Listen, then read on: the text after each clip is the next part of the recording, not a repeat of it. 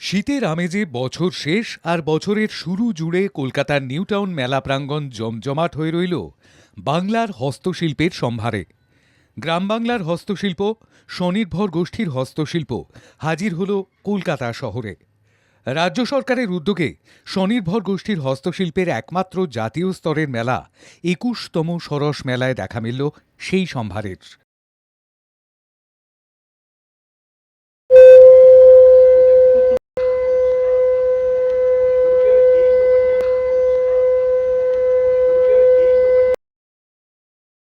একুশতম সরস মেলায় নিউ টাউনের প্রাঙ্গণ জুড়ে ছিল সারা বাংলার বিভিন্ন জেলার হস্তশিল্পের মেলা।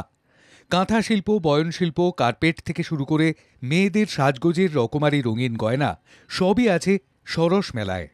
তাঁতের শাড়ি, গ্রামীণ অলংকার, মাটির ও বাঁশের সামগ্রী থেকে শুরু করে ঘরোয়া খাবার থেকে আচার, পাঁপড়, বড়ি, বাংলার বিভিন্ন জেলার বিশেষত্বের দেখা মিলল সরস মেলায়।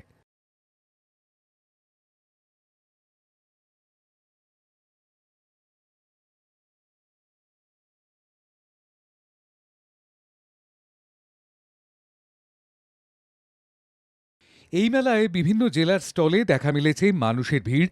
একদিকে যেমন স্বনির্ভর গোষ্ঠীর মানুষকে আর্থিক দিক দিয়ে স্বাবলম্বী করে তোলার প্রয়াস নেওয়া হয় রাজ্য সরকারের উদ্যোগে, তেমনি অন্যদিকে শহরের ক্রেতাদের সামনে তুলে ধরা হল বাংলার নিজস্ব শিল্প ও সংস্কৃতির সম্ভার। উৎসবের আমেজে মেলায় ভিড় জমালেন সাধারণ মানুষ। ব্যুরো রিপোর্ট, বাংলা জাগো।